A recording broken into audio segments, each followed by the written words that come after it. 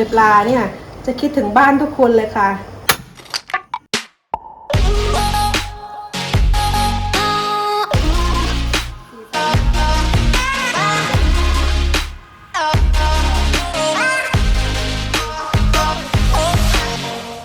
อย่าลืมกดไลค์กดแชร์กด Subscribe กดกระดิ่งเพื่อไม่ให้พลาดคลิปหน้าของอินดารินกินอร่อยนะคะ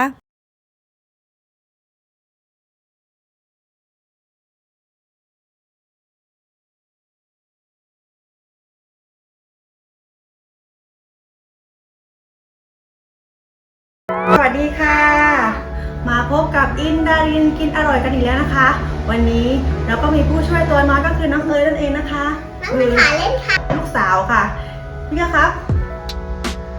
วันนี้ผู้ช่วยเป็นตากล้องนะคะก็คือพี่เอื้อค่ะ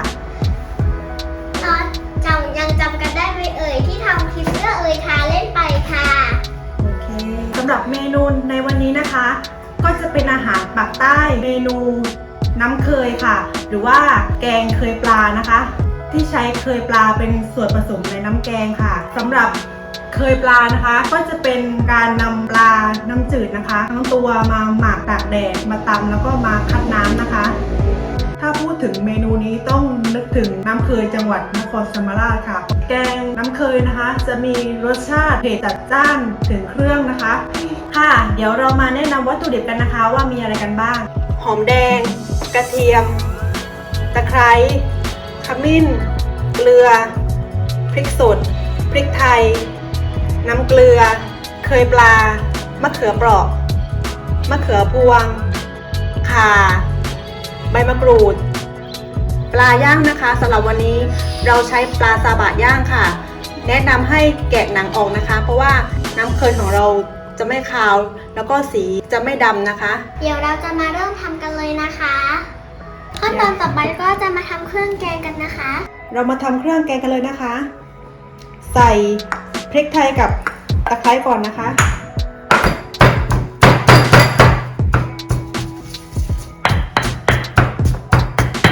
สำหรับตะไคร้นะคะมันจะแข็งแนะนำให้ใส่ลงไปตำก่อนนะคะขมิ้นค่ะ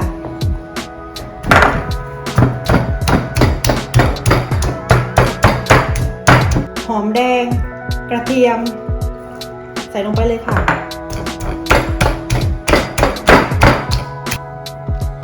ใส่พริกสดค่ะแล้วก็ใส่เกลือนะคะ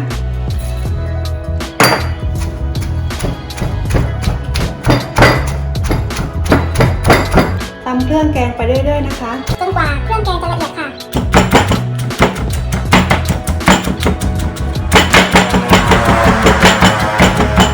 ใช้ช้อนนะคะเกลี่ยเครื่องแกงลงไปนะคะระหว่างตำ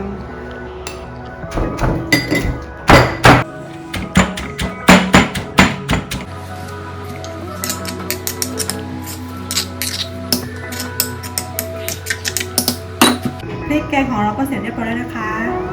หอมมากเลยค่ะสำหรับเครื่องแกงตำเองนะคะมันจะมีเสน่ห์ของมันอีกอย่างหนึ่งก็คือเครื่องแกงของเราเนี่ยจะไม่ได้ละเอียดมากเวลาทำน้ำแกงอะค่ะน้ำแกงของเรานั้นยังมีเนื้ออยู่ค่ะนี่คือส่วนผสมของน้ำแกงนะคะ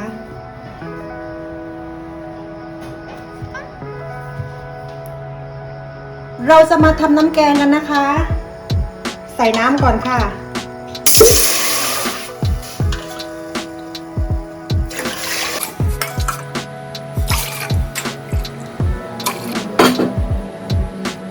ใส่ตะไคร้นะคะ1ต้นค่ะใบมะกรูดค่ะข่าค่ะเราให้น้ำเดือดนะคะเดี๋ยวเราจะมาใส่เคยปลากันค่ะในส่วนของมะเขือเปราะนะคะเราจะผ่าหัวออกค่ะแบบนี้นะคะแล้วผ่าเป็นแฉกแบบนี้ค่ะแล้วก็แช่น้ำเกลือนะคะในนี้คือน้ำเปล่ากับเกลือ1ช้อนชาค่ะสำหรับแช่มะเขือเปราะนะคะ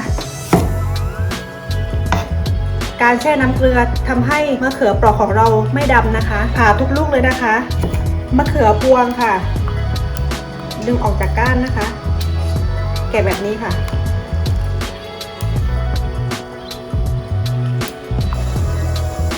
ตอนนี้น้ำเริ่มเดือดแล้วนะคะ เราใส่เคยปลาลงมาเลยนะคะ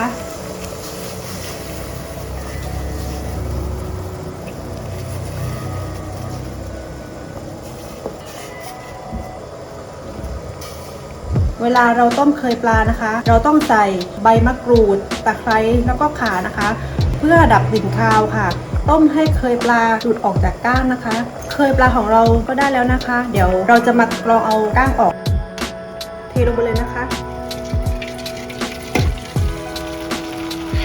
กลิ่นหอมมากเลยค่ะนี่ค่ะ เรากรองก้างของปลาออกนะคะ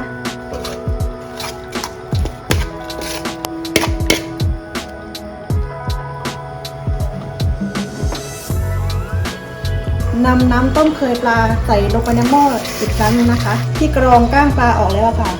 ใส่เครื่องแกงเลยนะคะ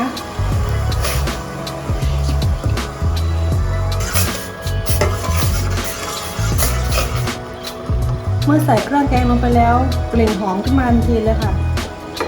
น้ำเริ่มเดือดแล้วค่ะเราจะมาใส่ผักกันนะคะ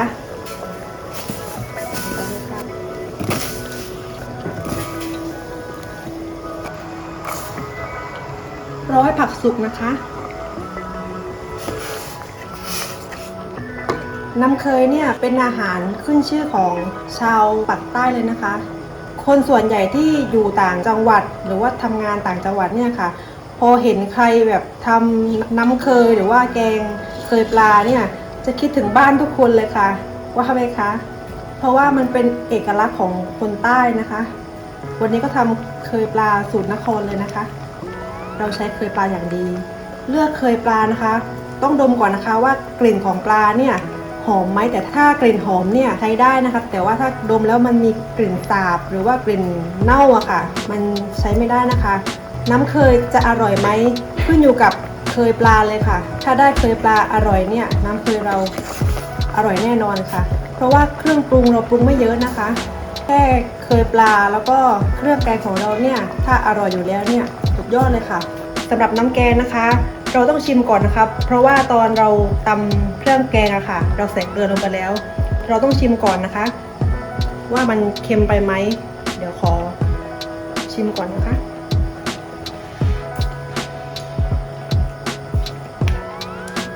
น้ำแกงเราเค็มแล้วนะคะไม่ต้องเพิ่มเกลือแล้วค่ะคนดูค่ะผักของเราก็สุกแล้วนะคะเราจะมาใส่ปลาค่ะตอนใส่ปลาไม่ต้องคนน้ำแกงก่อนนะคะมันจะคาวค่ะ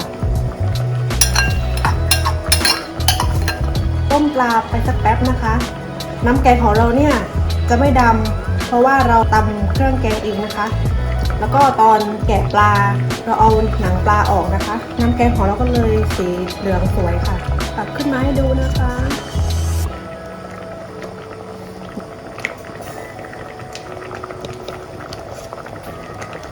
น้ำแกงของเราก็เสร็จพร้อมทานแล้วนะคะ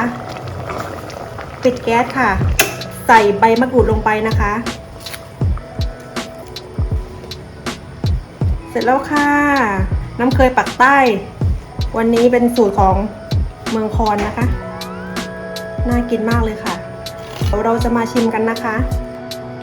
ค่ะสำหรับแกงน้ำเคยนะคะหรือแกงเคยปลาของเราก็เรียบร้อยแล้วนะคะเดี๋ยวเรามาชิมกันนะคะวันนี้ต้องขอบคุณตากล้องมากเลยนะคะก็คือพี่เอื้อนะคะลูกชายคนโตแล้วก็น้องเอ๋ยนะคะลูกสาวคนเล็กมาชิมกันดูเลย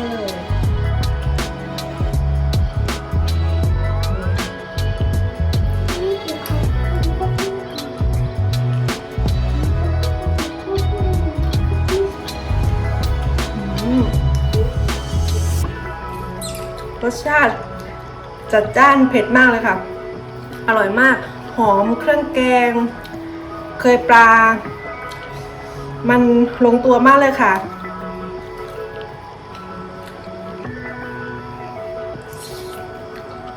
ซดน้ำแกงได้อร่อยมากค่ะ